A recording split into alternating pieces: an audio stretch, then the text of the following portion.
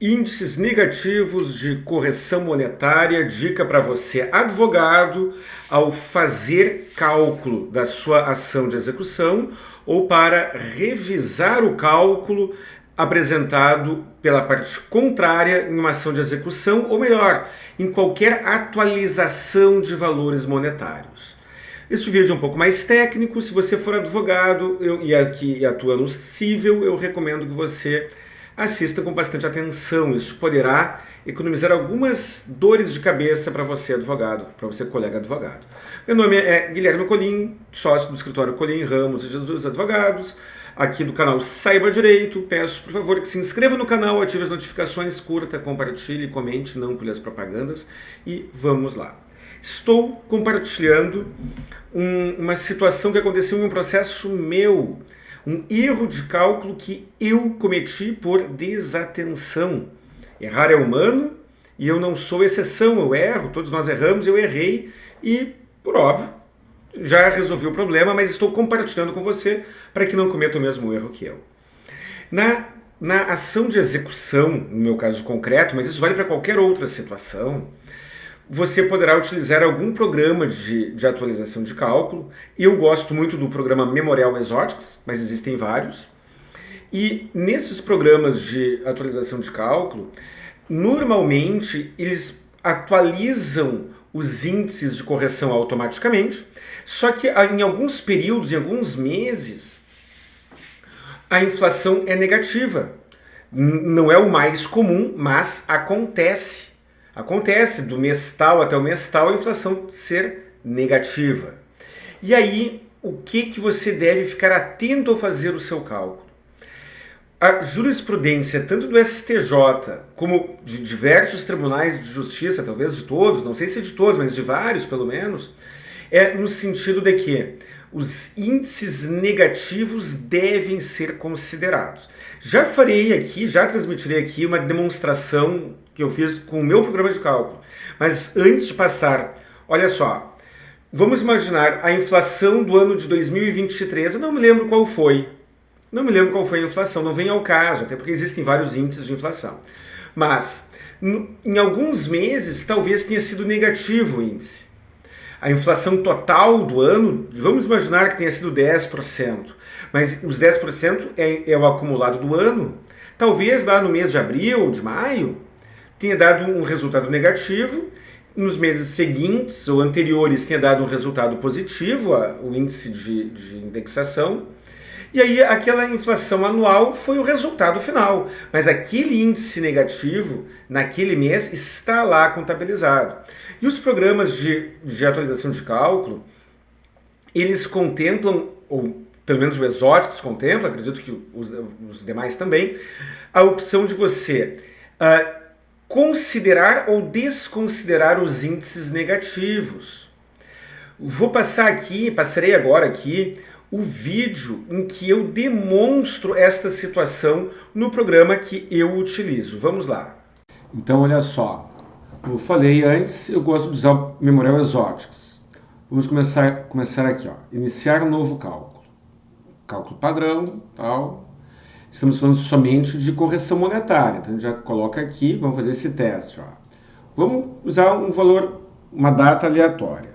01 de 01 de 2020, uma dívida de um crédito, uma dívida de R$10.000. Aqui. Vou tirar aqui os honorários, só para não confundir, aplicar. Os R$10.000 se transformam em R$16.660. Só que tem um detalhe. Se nós colocarmos desconsiderar os índices negativos aqui, esse valor aqui vai mudar. Olha só, vai para R$17.013. Diferença pequena, mas não irrelevante. Faz muito tempo que eu não me deparo com uma situação envolvendo, uma discussão judicial envolvendo, um embate judicial envolvendo se os índices negativos devem ou não entrar na conta. Na minha cabeça, na minha opinião pessoal, o índice negativo deveria ser desconsiderado. Mas a minha opinião pessoal não é aquela adotada, não é o critério adotado pelo STJ. Por que que eu acredito que o índice negativo deveria ser desconsiderado? Porque em alguns momentos, então, o indexador foi positivo, em alguns ele foi negativo.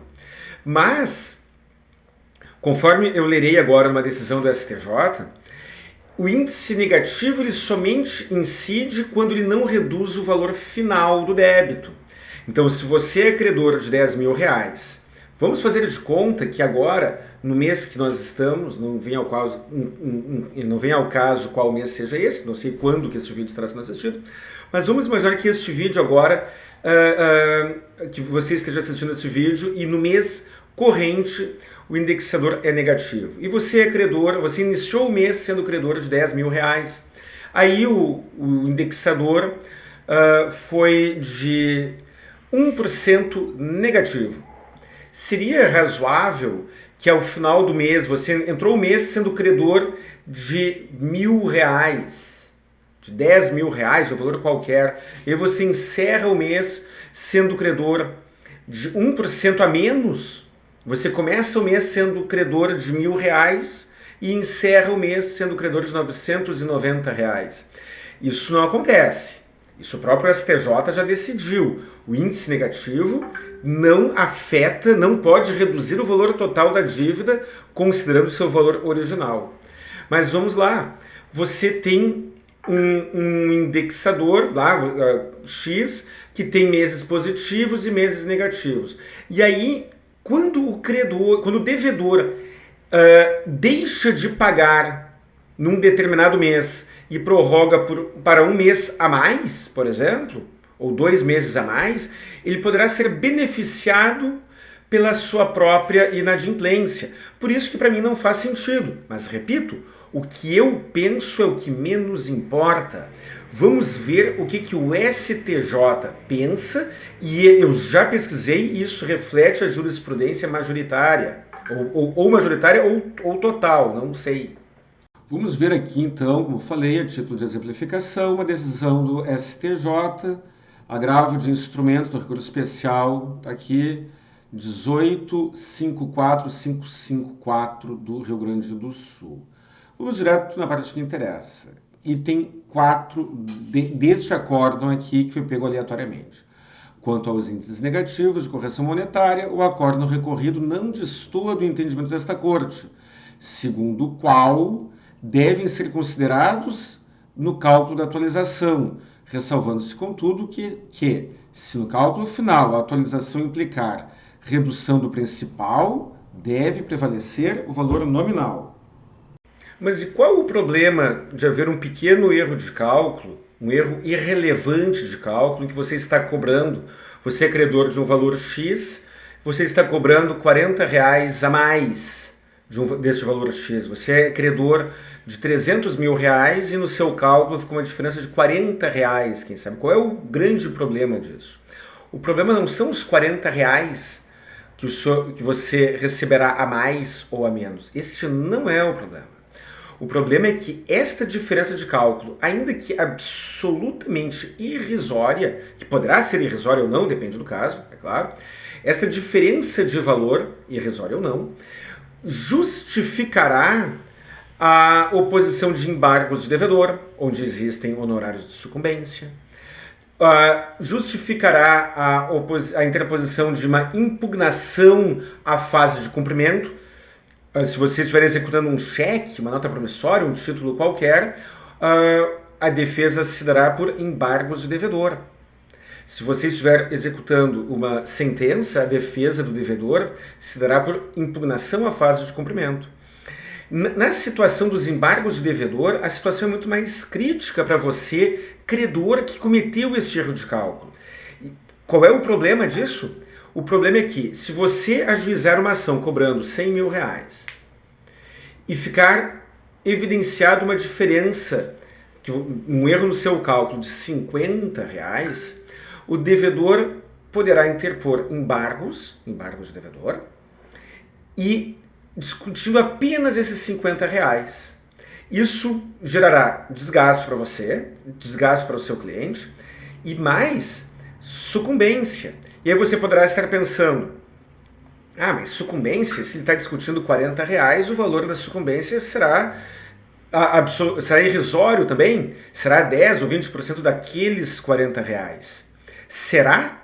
Vamos dar uma lida no artigo 85 do Código de Processo Civil.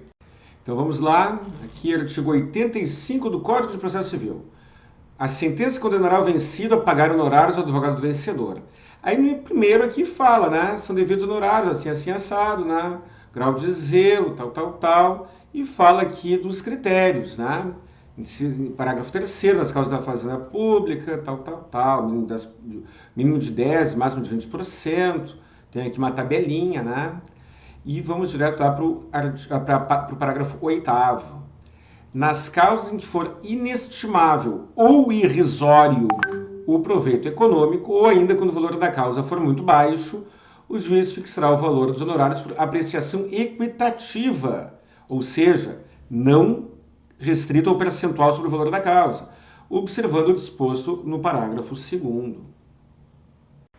Esta apreciação equitativa, ela é muito subjetiva, leva em conta o grau de zelo do profissional, o tempo de trâmite do processo e estas variáveis.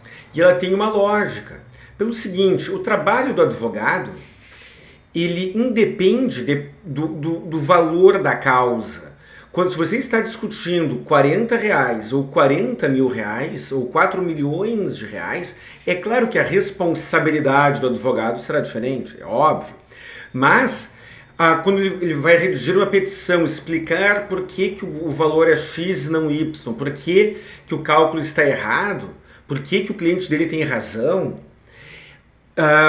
o tempo que ele gastará será o mesmo. Uma discussão de R$ 40.000 e uma discussão de R$ 40 consumirá ou um tempo igual ou, no mínimo, um tempo muito parecido.